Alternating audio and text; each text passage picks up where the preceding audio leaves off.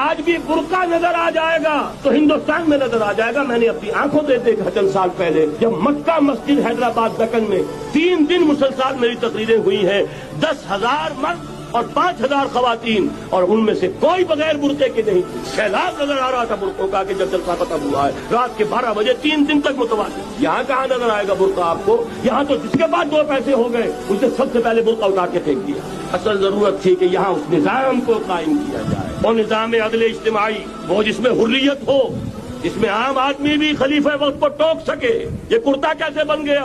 ایک خاتون بھی کھڑی ہو کر دامن پکڑ لے، عمر تمہیں کیا حق ہے کہ ہمارے مہر کے اوپر پابندی لگا رہے ہو؟ جبکہ اللہ نے نہیں لگائی. اللہ قرآن میں قنطارہ کا لفظ استعمال کر رہا ہے. ڈھیروں سونا دے دے کوئی شخص اپنی بیوی کو مہر کے اندر، طلاق دیتے وقت اس میں سے کچھ نہیں لے سکتا. آپ کون ہوتے ہیں ہمارے حق کے اوپر پابندی لگانے والے؟ اور عمر نے کہا، آج ایک بڑھیا نے وہ اب عمر کو دین سکھایا. آرڈیننس واپس.